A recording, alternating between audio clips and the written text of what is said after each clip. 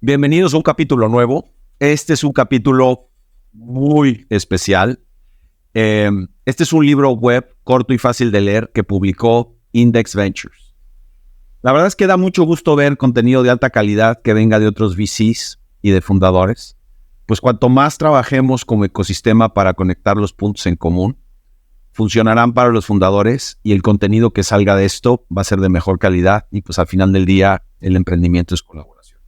Este libro lo comentaré con Ilan Varjalya, fundador de Knock Knock, que además de que propuso un libro para leer en Read to Lead, me hizo favor de enviar un pequeño reporte que también encontrarán en la descripción de este capítulo.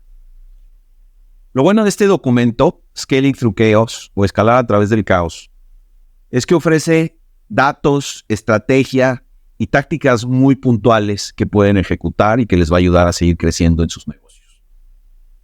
Y aunque todas las startups se hacen de formas diferentes, navegar en la incertidumbre y en la complejidad es un denominador común para todos los emprendedores que buscan construir algo totalmente nuevo. Hay un montón de nubes que oscurecen la vista en el horizonte y que solo se despejan a medida que vas avanzando y ejecutando tu plan de negocios. El libro se centra en el activo más importante de cualquier startup: las personas, la construcción de un equipo, cómo encontrarlas, cómo atraerlas, cómo contratarlas, cómo cultivarlas, organizarlas, retenerlas y empoderarlas. Todas estas son tareas súper complejas, pero es lo más importante para crecer. No hay grandes negocios sin grandes personas, y las grandes personas nunca se dejarán seducir, retener o hacer crecer por malos tratos o un liderazgo espontáneo. Un gran equipo solo surge de la planificación adecuada y de una muy buena ejecución. La buena noticia es que esto se puede aprender, entrenar y repetir. El libro es casi un manual para el emprendedor que está escalando y te lleva poco a poco sobre a quiénes contratar, en qué punto, si estás haciendo una comprobación de productos, si el equipo tiene 1 o 10 personas, si ya escaló a 500. Cada uno de estos puntos viene detallado en el libro. Entre los datos interesantes que destaca Index Venture está que hace 10 años una startup escalaba rápido, llegaba a los 500 empleados después de 8 años, y hoy, en el mundo en el que ellos se mueven, este tiempo es de 5 años. Esto es porque hay más presión para crecer más rápido, pero también es porque hay más recursos disponibles, hay más talento en el mercado, y la tecnología nos está llevando a crecer mucho más rápido. Este documento nos dice qué recomienda y cómo lo han hecho varios de los grandes nombres, como Stripe o Airbnb. Pues mi querido Ilan, de verdad que me da muchísimo gusto recibirte hoy en Read to Lead. Creo que es el capítulo número 38. Es un ejercicio que ha venido siendo interesantísimo porque ha venido evolucionando a tener buenas pláticas con gente a la que admiro y aprecio y a la que le agradezco mucho que nos dedique tiempo. Estamos muy orgullosos en Ignia de ser inversionistas de Knock Knock. Nos encanta lo que hacen y en verdad no sabes cómo te aprecio que te tomes tiempo pues para platicar con nosotros. ¿Dónde estás ahorita? ¿En qué parte? Bueno, ¿cómo andan todos? Gracias, Fabriz, por las palabras. Y estoy en Montevideo en este momento, en Uruguay, que es donde está mi casa y donde nací. Y bueno, nada, lo mismo digo, la verdad que un placer enorme tenerlos a ustedes de inversores, el fondo en general y Otto en particular, que es la persona con la que más hablamos, de súper ayuda, siempre preguntando cómo pueden ayudar. Fondo que súper recomiendo. Muchas gracias. Oye, Lean, ¿por qué no nos cuentas? Bueno, como tú sabes, la idea del podcast es que los emprendedores que traen temas y cuestiones que quieren como atender, de alguna manera tengan una guía en los libros que leemos y en muchos sentidos la experiencia que tú has vivido con respecto al emprendimiento y con respecto a este libro en específico que ahorita voy a presentar, pues la idea es que eventualmente la usen para ellos desatorar temas. Y creo que una buena manera de entrar en la conversación es que nos cuentes un poquito de ti en lo personal. Ya contaste que eres uruguayo, lo cual no sé si sepas, pero uno de nuestros socios, Michael, también es uruguayo y yo tengo muy pendiente ir para allá a ver si el asado uruguayo es mejor que el Me lo norteño. presentó Otto. Exacto, es un tipazo. Pues cuéntanos de ti, qué has hecho y cuéntanos qué hace Knock Knock, por favor. Nací en Montevideo, desde, diría, muy temprano siempre me gustó la idea de emprender.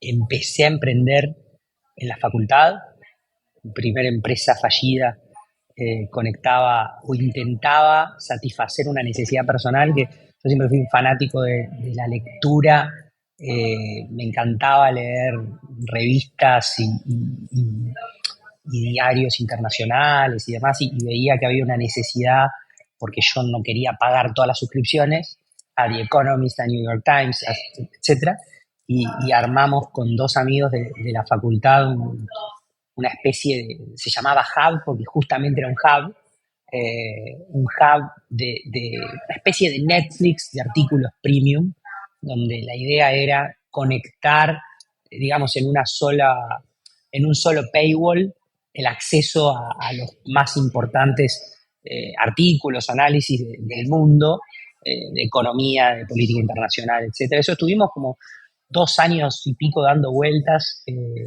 Fue una primera experiencia brutal. Nos fuimos a una aceleradora chiquita de San Francisco, estuvimos 2 meses allá, la verdad que éramos muy jóvenes en ese momento, y fue un primer golpe de realidad de lo difícil que es emprender, de lo difícil que era pegarse golpes, levantar dinero, armar equipo. Bueno, obviamente encontrar un modelo de negocio que funcione, que haga plata.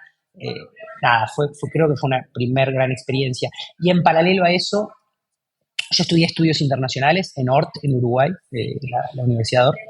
Hice intercambio en Manchester, o sea, viajé mucho, y en paralelo a eso hice un programa enseguida, después de cerrar Hub, hice un programa de políticas públicas de la Fundación Botín, del Banco Santander, para líderes que querían ser servidores públicos, porque a mí me gustaba mucho la diplomacia, me gustaba mucho la educación, y de hecho salgo de ahí, empiezo un programa, traigo un programa de España, un programa que había creado la Fundación Botín con la Universidad de Yale y apoyo de otras universidades, en inteligencia emocional para trabajar en educación en escuelas.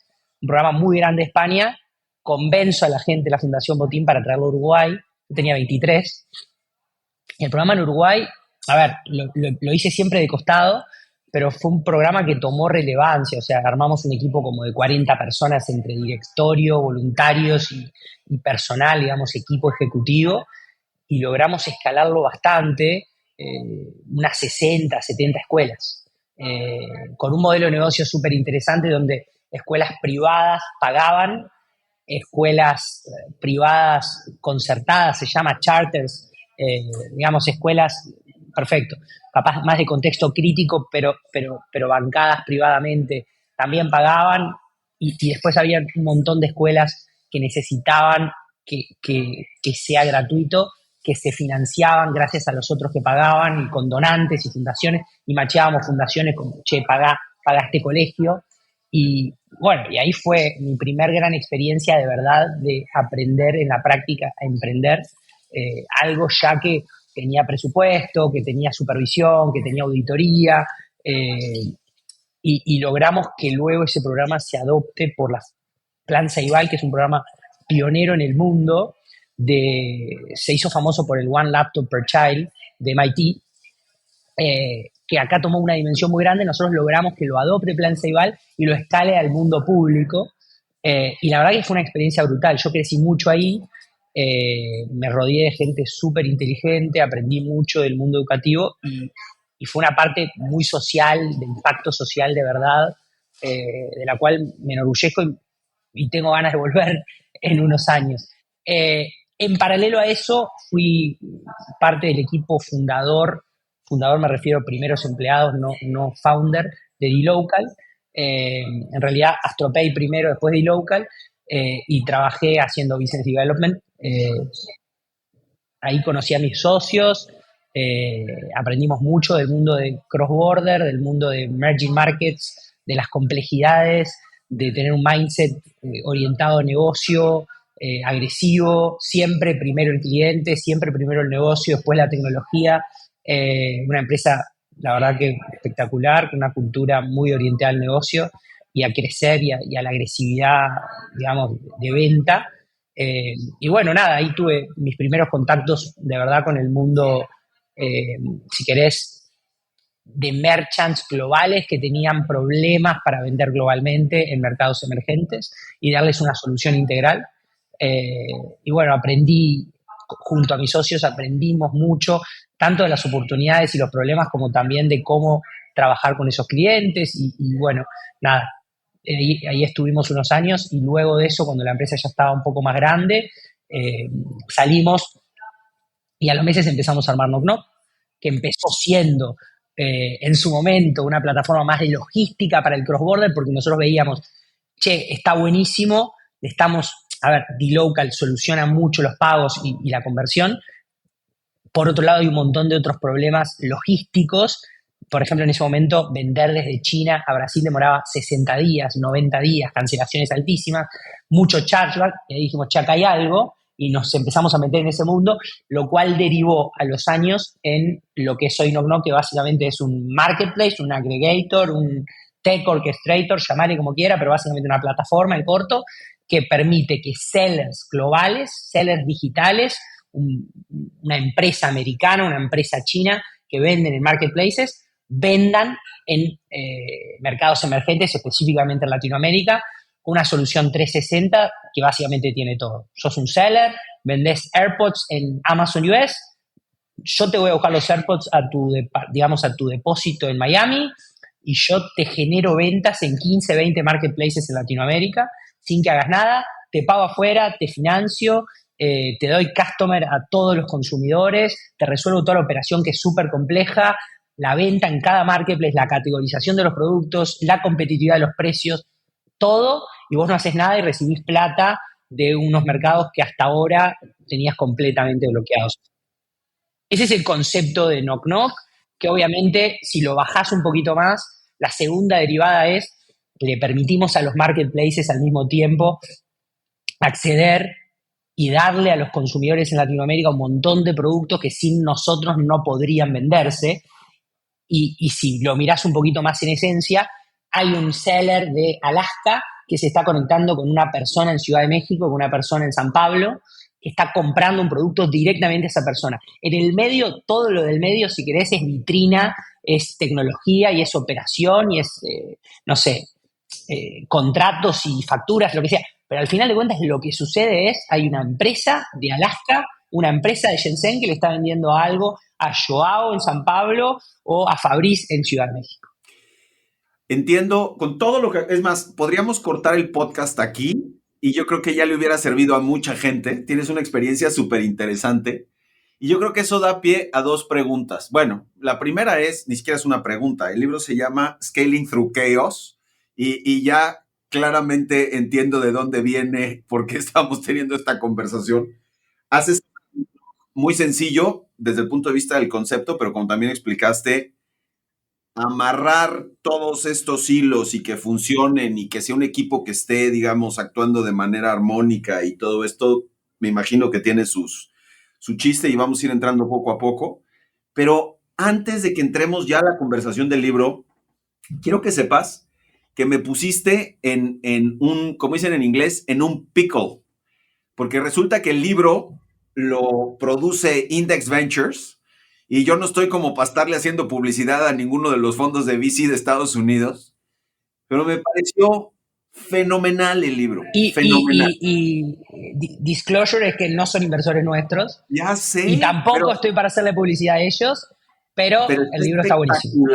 Y me tienes que contar cómo llegaste con el libro, porque de verdad hace unos meses habíamos leído con Christian van der Hees de Platzi un libro de Claire Hughes, la ex COO de Stripe, que se llama Scaling. Lo leí, Scaling People. Scaling People, muy bueno. Muy bueno. Pero haz de cuenta que este es como el concentrado de mucho de lo que dice ese libro de manera muy práctica y me encantó, me hizo pensar mucho en eso. Entonces, cuéntanos cómo llegaste ahí y, by the way, ¿cómo le hacen los founders para conectarse con tu newsletter? Porque la forma como yo llegué aquí es que pones un pequeño resumen del libro que me encantó y creo que hay que darle difusión a todos esos esfuerzos. Entonces, ¿cómo llegaste ahí y cómo le hacen los founders que escuchen esto para inscribirse en tu newsletter de libros? No tengo newsletter, Ok. Cada tanto me inspiro y escribo algo y se lo mando a gente que tengo relación, a ustedes, capaz que lo publico en LinkedIn si tengo ganas. Me gusta mucho escribir, me conecto, me permite sacar la parte creativa y también bajar pensamientos, como que Articular. termino de entender cosas cuando las escribo y no cuando las pienso. Y por eso escribí eso. No tengo newsletter, lo que si querés podemos publicar es el artículo que escribí. Me pareció importante escribirlo porque, uno, me permitió mandárselo al equipo, y dos, me permitió a mí terminar de entender un montón de cosas que yo no terminaba de ordenar en mi cabeza. Y como la cabeza es un caos, porque la vida esta es un caos, escribir a veces te ordena, y el orden en el caos es importante, es lo que hace el libro. Eh, la otra pregunta, repetime por favor la otra pregunta, porque me quedé Bueno, con la antes de primera. eso, que es cómo llegaste al libro, te voy a ofrecer, si te parece bien, lo vamos a poner en las notas del podcast y en YouTube, tanto el artículo que escribiste como la liga al libro, para seguirle haciendo publicidad a Index Ventures y que Ya sigan les haciendo buen cobraremos material. comisión. Ya les cobraremos Exacto. comisión. Mitad para INEA, mitad para Knock Knock. Me Eh, encanta, me encanta. Llegué al libro porque lo postearon algunos de sus socios, que yo soy amigo en LinkedIn. eh, Tuvimos varias conversaciones con ellos y cuando lo vi dije, bueno, parece interesante, seguramente sea un libro más que uno ve publicado sobre emprender, y la verdad que terminó siendo un libro mucho mejor que la mayoría de los que leo. Eh, y te digo también por qué lo elegí para hablar hoy, porque tú me pediste elegir un libro que te haya gustado mucho, lo cual es muy difícil, y además ya vas 38 capítulos, miré un poquito los libros y varios se repiten. Este me pareció diferente, me pareció un libro que no es el típico libro que te cuenta tu historia emprendedora y que muchas veces se vanagloria un emprendedor, o que te trae una teoría. Este es un libro que resume muy simplemente y de forma práctica los líos de emprender, y te trae testimonios de gente que emprendió a otra escala en diferentes estadios y te los ordena de forma tal que te permite decir, ok, para una empresa seria, eh, ¿cuál es el equipo de ventas ideal? Y te trae 4 equipos de ventas ideales. Y está bueno porque te da framework, o sea, lo que tiene esto, que es un arte, que uno lo va descubriendo. Yo siempre digo que es como un ascensor, ¿no? Como que vos estás primero en el planta baja, no ves nada. Estás en el piso 5, bueno, mirá, se hace un poquito el parque. Cuando subís al 10, mirá, era así. Viste, como que nadie te explica nada. Y lo que tienen de bueno estas cosas es como que, y se te ilumina todo, pero en realidad ya lo sabías, se conectan los puntos. Y lo que hace el libro es conectarte los puntos, con testimonio de gente que ya lo vivió, que para mí, también en el mundo de caos, es difícil encontrar gente que digas, este tiene legitimidad. O sea, sí, hay muchos, pero ¿a quién escuchás? Hay mucho ruido también. Hay mucha sobreinformación.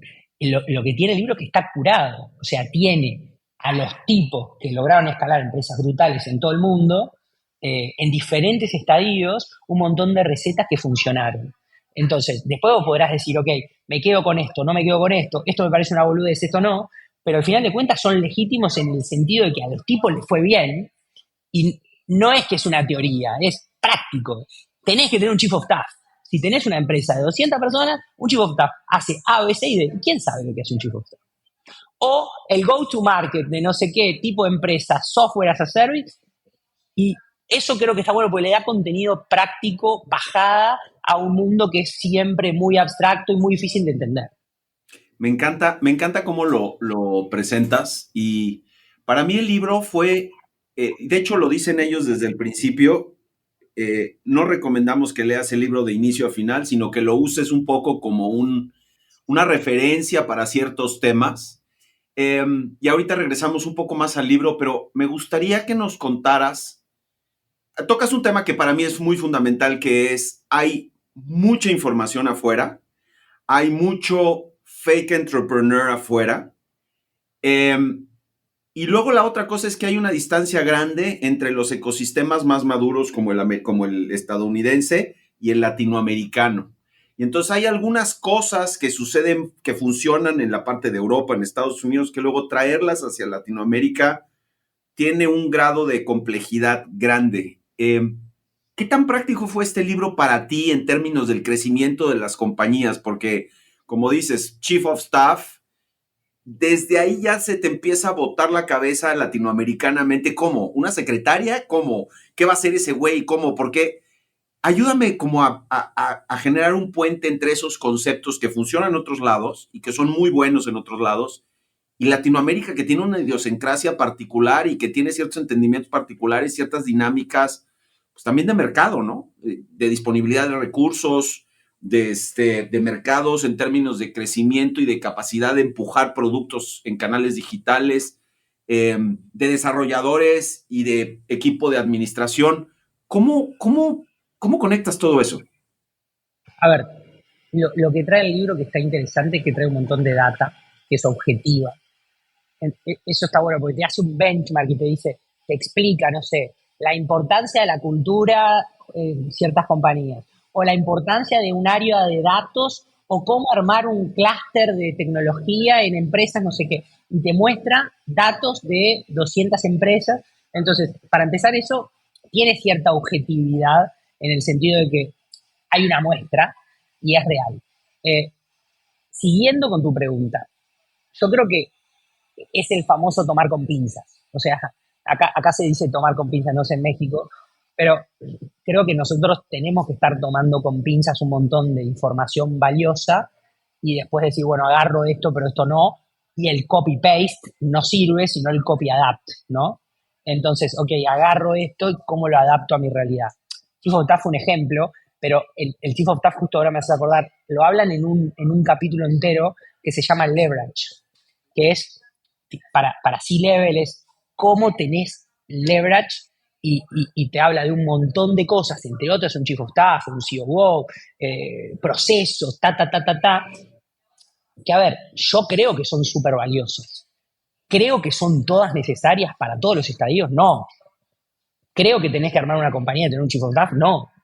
Eh, pero creo que la forma en que te presenta todos esos puntos, nosotros lo que tenemos que hacer como líderes de estas compañías es tratar de tener leverage en el sentido de que me voy a apalancar con un montón de procesos y con un montón de personas que son mucho mejores que yo en la ejecución de ciertas áreas de la mejor forma posible y que tengo que tener los mejores complementos posibles para, no sé, hacer X tareas. Y creo que esa definición de leverage está buena, porque yo nunca lo había pensado así. Si vos pensás en un chief of staff, pensás capaz en una secretaria. Y yo cuando pienso en un chief of staff, también después de leer el libro, no, esto es alguien súper analítico, súper de datos, que está haciéndote bajar un montón de laburo y haciendo que las personas se ejecuten de forma mucho más ordenada, mirando métricas, mirando objetivos. Y creo que te tiene que armar ese sistema que vos no tenés ni el tiempo ni lo haces tan bien como alguien que te da leverage. O sea, que de verdad te da leverage. Y creo que ahí yo, por ejemplo, hice un clic con eso y me ayudó a entender mucho más qué es el rol de Chief of Staff, porque es un rol que yo lo estudié bastante y quería entenderlo, y hay muchas definiciones. Hay un libro muy bueno que se llama, creo que es The CEO Within, de Matt Mockery, que es un coach de Silicon Valley, el coach creo que más importante de Silicon Valley, que tiene un montón de Google Docs que se viralizan. O sea, el libro lo podés encontrar hasta hecho en PDFs, en diferentes Google Docs, que tiene un capítulo de Chief of Staff. Él habla de una definición, por ejemplo. En Silicon Valley la definición es, el Chief of Staff tiene que ser el próximo COO o CEO y tiene que tener background en consultoría. Bueno, yo no compro eso. No compro eso así como está, porque creo que vos podés tener gente muy buena que no necesariamente tenga background en consultoría o en finanzas, que sea muy buena en datos, o que sea muy buena analíticamente, puede tener un background en matemática, o puede tener un background en machine learning, o puede tener un background, qué sé yo, en otra cosa. Pero creo que el fondo también es el mismo, es leverage. Entonces, en todo esto, lo que a mí por lo menos me sirve, y yo soy muy así de razonar de esta forma, hay un montón de personas que ya pasaron por un montón de desafíos similares al mío, similares al de nuestra empresa, quiero aprender de ellos. Y este libro te trae ese resumen de forma muy práctica. Nuestro trabajo, porque nunca es fácil, nuestro trabajo es, bueno, perdón el francés, ¿cómo carajos adapto esto a mi realidad? Que mi realidad es mucho más compleja que solo la geografía. Porque, por ejemplo, nosotros somos uruguayos, el founding team es uruguayo. El corazón de la compañía está acá, pero nosotros operamos en Brasil y en México. Tenemos clientes en China y en Estados Unidos. Tenemos un equipo grande en Argentina, un equipo en México. Entonces, ¿qué somos? No sé. O sea, la cultura está esparcida por todos lados. Somos una empresa bastante global en ese sentido. Entonces, ¿cómo nos adaptamos a esas geografías? Es una geografía, si querés, una identidad de alguna forma entreverada y al mismo tiempo en nuestro estadio, que somos un estadio Serie A, que nosotros siempre nos decimos a nosotros, no le ganamos a nadie, porque no le ganamos a nadie. Nosotros estamos construyendo algo que creemos que tiene mucho valor, nos está yendo bien, pero nos falta muchísimo para sacarla del estadio. Y tenés que mantener muy bien los pies en la tierra. Entonces, todo eso que está ahí, vos no lo podés hacer el día en donde estamos nosotros, porque no está bien. Vos lo que tenés que lograr es sobrevivir, hacer una compañía fuerte y sobrevivir para poder hacer que tu compañía crezca y tomar decisiones inteligentes. Pero ahora, no es copiar y pegar, es mucho más difícil. Y es a quién le crees también. Y es darte vuelta con esa información y ir a validarla. Hablar con qué sé yo, con la de desarrollo de negocio. ¿Qué opinas de esto? ¿Funciona acá o no funciona? Con la de director de recursos humanos. Yo el libro se lo pasé a todas las personas que reportan a mí, Claro. le dije, por favor, léanlo. Y no sé, la directora de recursos humanos le encantó y sacamos un montón de ideas. La parte de go-to-market se la pasé a nuestro director comercial, y la parte de legal se la pasé a la abogada, y creo que hay un montón de cosas súper valiosas que, bueno, nada, hay que saber tomarlas con pinzas, analizarlas en el contexto, entender si son para ahora, son para después, irlas madurando y contrastarlas con otras opiniones que está lleno. Totalmente, totalmente. Me parece muy interesante lo que dices. Estaba yo pensando, una de las cosas que dice el libro es que el crecimiento no es ni lineal ni exponencial. Es totalmente desordenado, ¿no? Vas de un punto a otro y va creciendo y el gran reto del emprendedor es ser capaz de construir algo, de operarlo y de adelantarse a muchos de los riesgos que vienen hacia adelante. Y también el libro dice, y me parece que con mucha razón, que en general siempre el emprendedor va atrás del tema, es decir, ya de repente te va ganando el tiempo, te va ganando el tiempo y te va ganando el tiempo y entonces tienes que empezar a construir ciertas cosas que ya debiste haber tenido antes, pero no sabías que las tenías que tener. Y lo que te da el libro es un espejo muy bueno, justo como dijiste, de gente que ya ha pasado por ahí y que te dice, oye, porque además estaba yo revisando los números, están hablando de, no me acuerdo, 200,000 career profiles, 210 compañías que se utilizaron para construir todo este resultado del libro, pues claramente te va a generar perspectiva de qué sigue para ti y como dices tú, ser capaz de traducirlo a tu situación es lo que te va a permitir adelantarte un poquito e ir creando toda esta infraestructura, pues para seguir creciendo y no tener que ir aprendiendo todo sobre la marcha, ¿no? Hay una línea muy fina entre tener la capacidad y la vulnerabilidad necesarias para escuchar opiniones distintas sobre el mismo tema de qué hay que hacer y liderar y tomar decisiones, ¿no? Bold, valientes y hacerte cargo de las consecuencias, ser accountable. Es una línea muy fina. Mi laburo, yo intento todo el tiempo escuchar opiniones.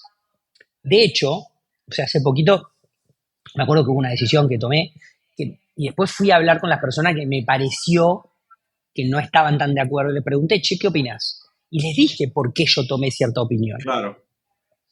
Y yo creo que también te da credibilidad como líder. Decir, ¿sabes qué? Yo no solamente te escucho, te vengo a explicar lo que pienso y te vengo a explicar por qué tomé cierta decisión. Y yo estoy aprendiendo también de esta decisión que tomé. Estoy aprendiendo de tu feedback, estoy aprendiendo de la reacción, que yo no sabía cuál iba a ser hasta que no tomaba la decisión.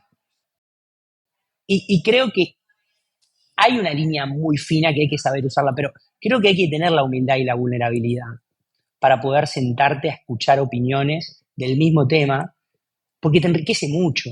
Pensá en el go-to-market. Yo voy a decir no sé, una boludez, ¿no? Quiero abrir mañana, Knock Knock decide abrir mañana Indonesia, ¿sí?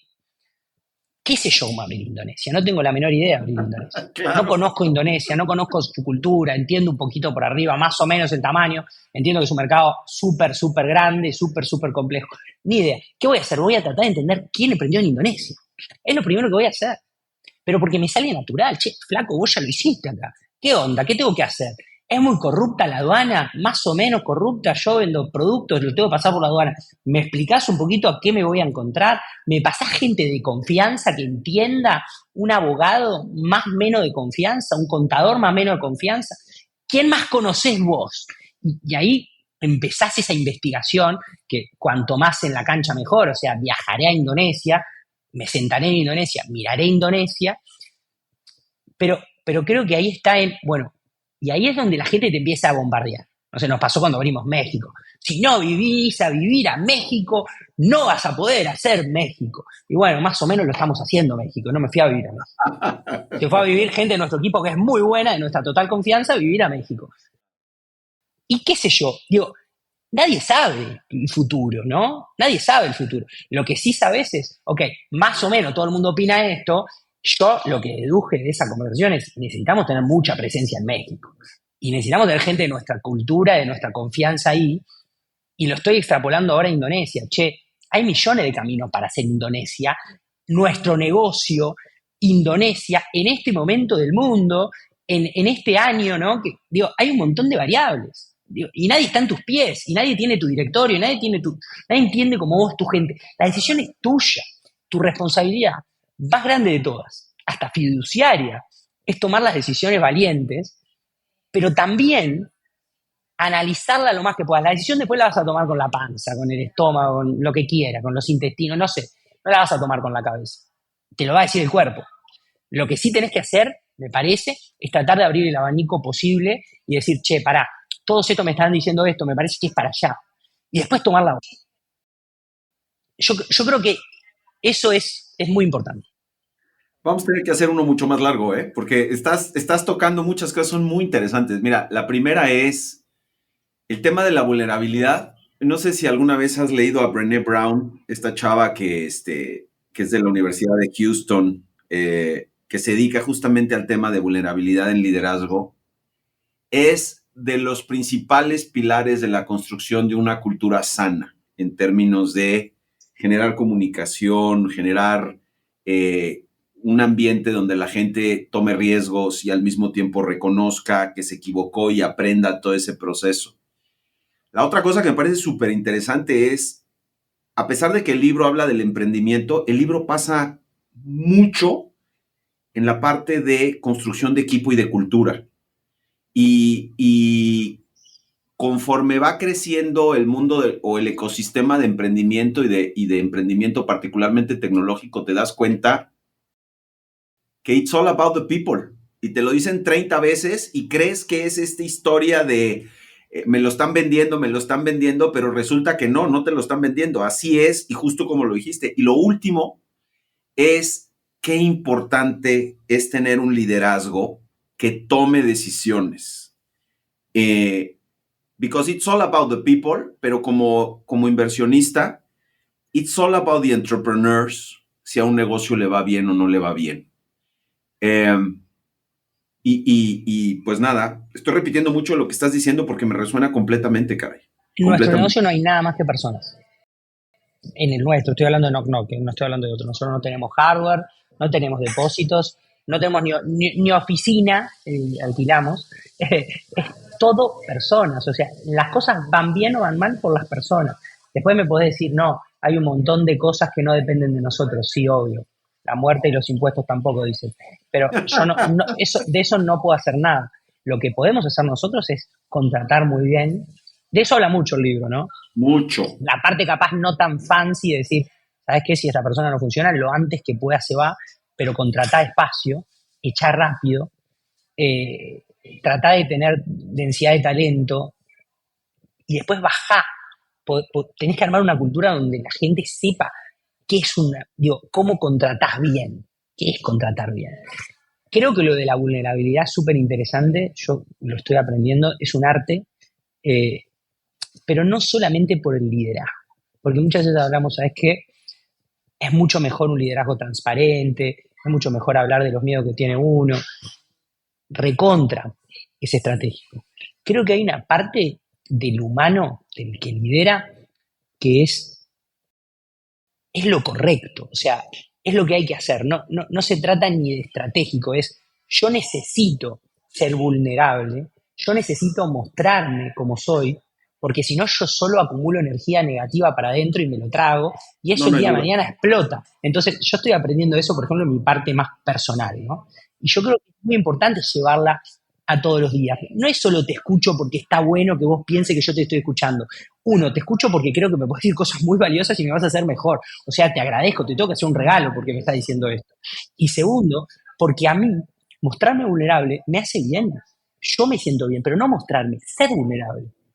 Es un cambio de mindset total, yo lo entendí, o sea, lo estoy entendiendo.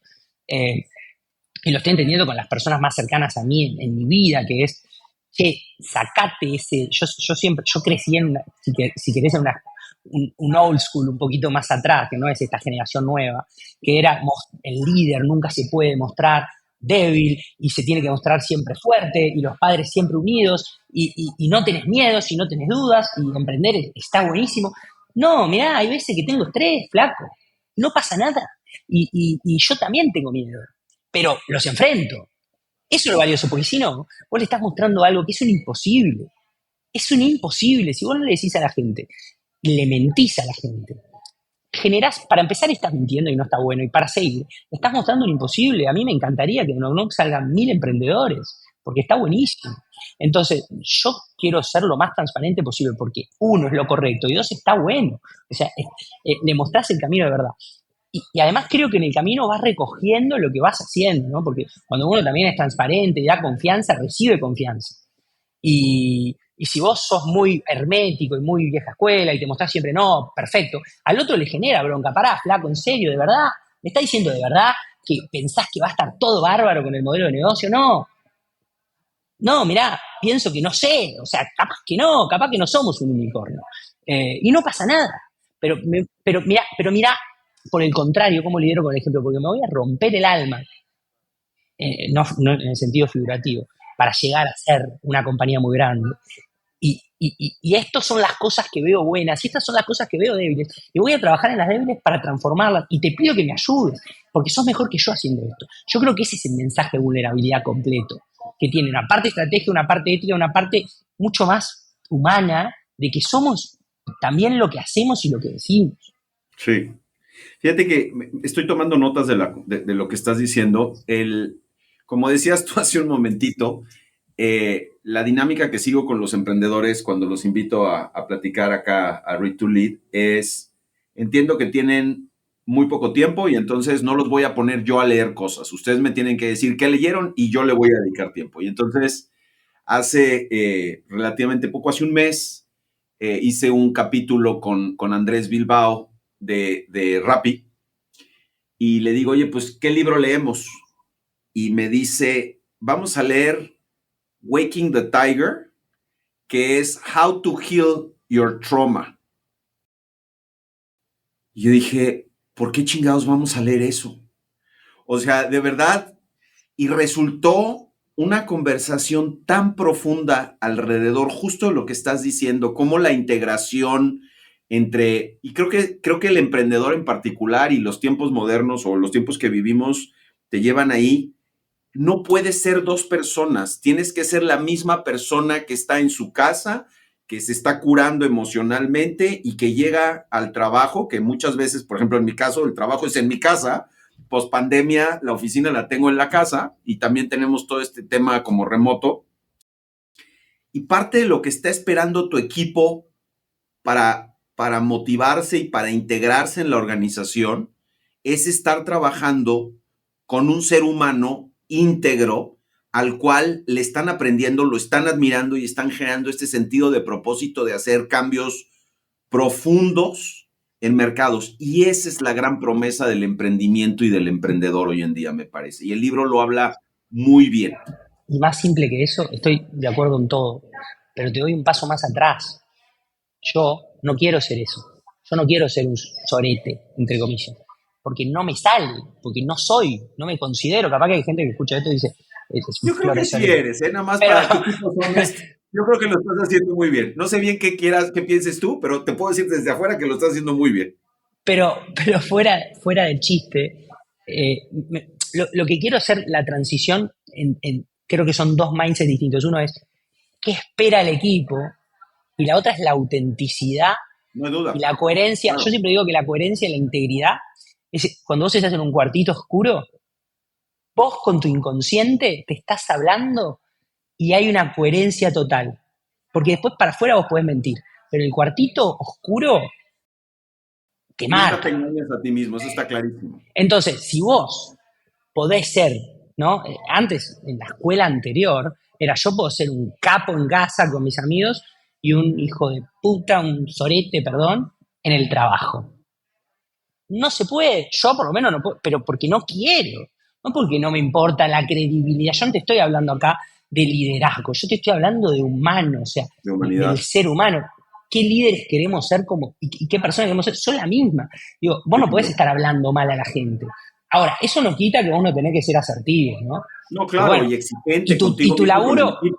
Claro. a ver, tu laburo te pusieron ahí, alguien te dio el cargo y te dio la responsabilidad. Y no sé, tenés que echar a alguien, ¿por qué no funciona? Y bueno, no funcionaste, pero yo fui claro contigo, yo quería que funcione. O vos te pensás que yo tuve 3 meses para contratarte, 3 meses para hacerte un onboarding y después no funcionó. No funcionó la relación, no funcionó el rol. Mejor andate, porque yo acá no te voy a dar el lugar que vos querés para brillar. Y ya está, y es mi decisión. Pero eso me parece que ser asertivo.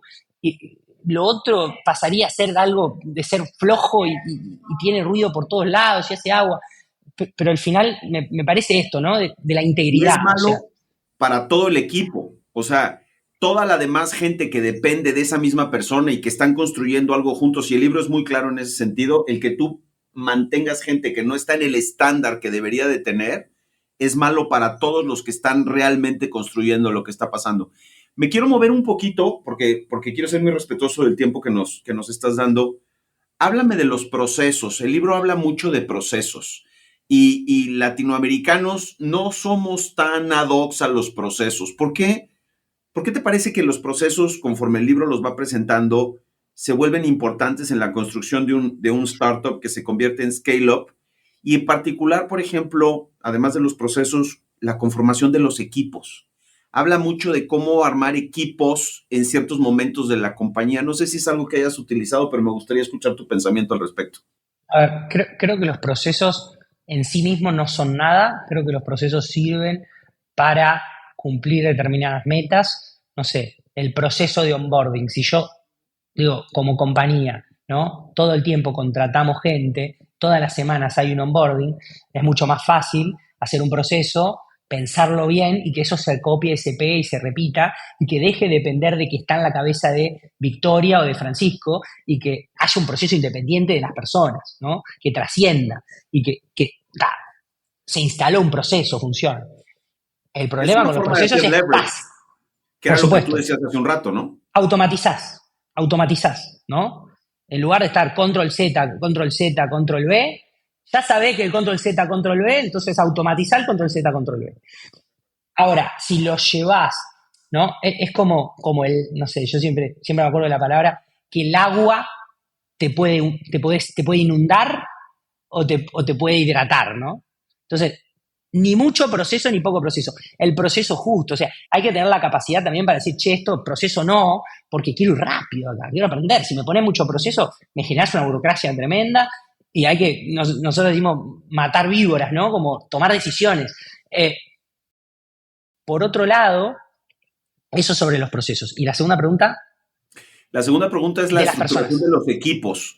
Me llamó mucho la atención cómo en ciertos puntos de crecimiento de las empresas, el libro te propone hacer equipos de crecimiento, por ejemplo, con developers o con gente de producto y gente de negocio para ir creciendo más rápidamente en pods. Y me encantaría escuchar un poquito tu punto de vista al respecto. Creo que es el desafío posiblemente más grande o top 2, top 3 de cualquier empresa de este estilo y seguramente cualquier organización es armar equipos de alta performance. Y en ese sentido, me parece que nuestro laburo es estar todo el tiempo, no solamente buscando talento, sino entendiendo si hay que cambiar internamente cosas, ¿no? Si no sé, vamos al fútbol, ¿no? Si este tipo está jugando de zaguero, pero mirá qué bien que corre y marca y ataca, mejor de 5, ¿no? Y el de 5, ¿qué hace? ¿De dónde lo pongo? Y bueno, ese laburo de estar todo el tiempo armando equipos y entendiendo cómo los equipos entre sí se hablan, porque la comunicación, por ejemplo, el proceso de comunicarse entre sí, hay algunos que tienen información y otros que no, es un peligro para la compañía. Vos necesitas que estén informados. Entonces, tenés que estar todo el tiempo revisando eso, todo el tiempo revisando eso. El trabajo de recursos humanos. Nosotros nunca, a ver, nuestra directora de recursos humanos, por ejemplo, no es psicóloga ni estudió recursos humanos. Digo, estudió negocios y viene de trabajar en relaciones de negocios y es una persona súper comprometida con la cultura de la compañía, que labura muchísimo, muy inteligente, que está alineada, muy alineada culturalmente y que es muy inteligente. Entonces, entiende perfecto y tiene mucha empatía de las personas y puede entender que hay que tomar decisiones de negocio, porque recursos humanos en realidad no es recursos humanos, es people, son personas y es talento, y es cómo las movés de forma tal de sacar lo mejor de sí, ¿no? De decir, che, yo quiero llevarlas de acá para allá, quiero enfocarme en talento, quiero generar densidad de talento, ese es el objetivo de people. Sea capacitándolas, sea acompañándolas con coaching, sea ayudándolas a que destraben cosas personales, sea dándoles leverage, ayudándoles a armar el mejor equipo, comunicándose mejor, dándoles contexto, ¿no? Ese es el trabajo de people. Entonces, people pasa a ser una herramienta del negocio y estar constantemente revisando las estrategias, constantemente revisando también las tácticas, decir, che, esta persona acá, digo, es al mismo tiempo complejo, al mismo tiempo fascinante y al mismo tiempo súper importante. Porque no hay negocio, porque volviendo atrás a lo que vos decías, es todo people, o sea, son personas. No vale nada el negocio sin las personas. Se van y no hay negocio. No hay. No viene mañana otro y lo hace. De verdad, o sea, el know-how está en la cabeza de la gente. Después lo demás son tableros. Digo, nosotros no tenemos patentes. No, digo, de verdad, son personas. Y ahí es interesante porque vos te pones a analizar ciertos equipos que performan muy bien, ciertos equipos que funcionan más o menos, ciertos equipos que funcionan mal, con el mismo contexto. Incluso personas capaz de salarios parecidos, de cultura parecida, y decís, che, ¿cuáles son los patrones? Porque quiero copy-paste esto. Y a veces, y ahí la eterna discusión de, che, ¿qué pasa? Saco persona acá, lo llevo para allá, no, pero equipo ganador no se toca. Y así un círculo, ¿no? Que, bueno, los misterios esos son muchos. Creo que lo importante es enfrentarnos constantemente y entender que ese es uno de los desafíos más grandes que hay y es constante, es un loop que no termina y que si termina, hiciste mal tu laburo. O sea, no termina. Oye, nos falta tiempo, cabrón. Nos falta mucho tiempo. Otro día lo podemos continuar. Me encanta la conversación que estamos teniendo, creo que es súper rica. De verdad que el libro es muy bueno. Me gustaría terminar, Ilan, con 3 o 5 puntos que sean tus takeaways de este libro. Es decir, ¿por qué alguien tiene que leer este libro? No los pensé los 5 puntos, pero lo que se me viene a la cabeza... Es para que sea espontáneo. Lo que se me viene a la cabeza, número 1, es porque hay muchas personas muy inteligentes que ya construyeron compañías de muy alto valor en diferentes estadios y tienen recetas de cómo hacerlo, y como es un mundo muy complejo y lleno de caos, cuanto más recetas prácticas, más herramientas, más framework, más lentes para mirar la realidad y entender cómo llevar a la práctica un montón de cosas que son muy difíciles. Creo que ese es el titular. Las personas, ¿no? Y cómo hacer para empoderar a las personas y cómo dar leverage y cómo trabajar constantemente en el cambio de las estructuras, que las estructuras son simplemente respuesta de ciertos estadios, de ciertos momentos, pero no son fin en sí mismos, sino un medio para conseguir los resultados del negocio. Creo que el caos en sí mismo, ¿no? Entender que la naturaleza, la esencia de todo lo que hacemos es sobre el caos. Y lo que uno tiene que hacer es liderar en el caos. Entonces, el caos es independiente, ¿no? hay caos, digo, llueve, yo no puedo tocar el caos. ¿Qué puedo hacer? Bueno, me pongo un paraguas, ¿no? ¿Cuáles son las herramientas, cuáles son los ejercicios, los puntos que yo puedo tocar, los levers que yo puedo tocar sabiendo que hay caos? Y es ordenarte en el caos. Y hay un montón de herramientas para eso, hay un montón de frameworks de pensamiento para eso, y hay un montón de sabiduría de gente que ya lo hizo. Y creo que, a ver, yendo un poquito más, entender que hay que copiar en el sentido de la palabra de tomar muchas opiniones y tener la vulnerabilidad y la humildad y la inteligencia para decir, ok, las tomo, pero en este contexto esta es mi decisión y yo soy accountable, yo soy responsable de mis decisiones y las adapto a mi realidad, a la realidad de la compañía y soy lo más íntegro que puedo conmigo mismo y soy lo más íntegro que puedo como humano y soy lo más íntegro que puedo como líder porque soy la misma persona en todos lados y la integridad es conmigo. Y las consecuencias de eso son de comunicación, son de liderazgo, son de lo que quieras, pero son consecuencias, no lo haces por eso, lo haces porque está bien y porque te sentís bien con vos mismo. Es hasta egoísta. Así que bueno, nada, creo que dije 4 o 5. Lo dijiste todo increíble. El tema de valores, el tema de liderazgo, el tema del equipo, el tema de la empresa, el tema del crecimiento, todo esto viene en el libro. En verdad, Ilan, no sabes cómo te agradezco. Estoy cumpliendo con mi palabra, acabando justo a la hora para que sigas con tus compromisos. Ha sido un verdadero placer. Vamos a asegurarnos de poner tu LinkedIn en la distribución de todo esto, de manera que sigas regalándole al emprendimiento mucho de lo que estás viviendo, que a mí lo que me emociona de este mundo es la colaboración es esencial en que esto sea lo que cambie la situación económica de Latinoamérica. Y el emprendimiento es una herramienta espectacular para eso. Y es muy divertido y después de todo lo que hablamos del caos, de ordenarlo, al mismo tiempo es muy divertido, es muy desafiante, es adrenalínico, trabajás con gente brillante, aprendés todos los días, estás construyendo algo en la realidad, ves el impacto, es espectacular. Bueno, muchas gracias a vos y a todos. Y bueno, nada, mejor de escucharme a mí, lean el libro. Exacto. Esa es mi recomendación. No, bueno, los dos. Un abrazo. Chao. Otro bien fuerte. Gracias, Ilan.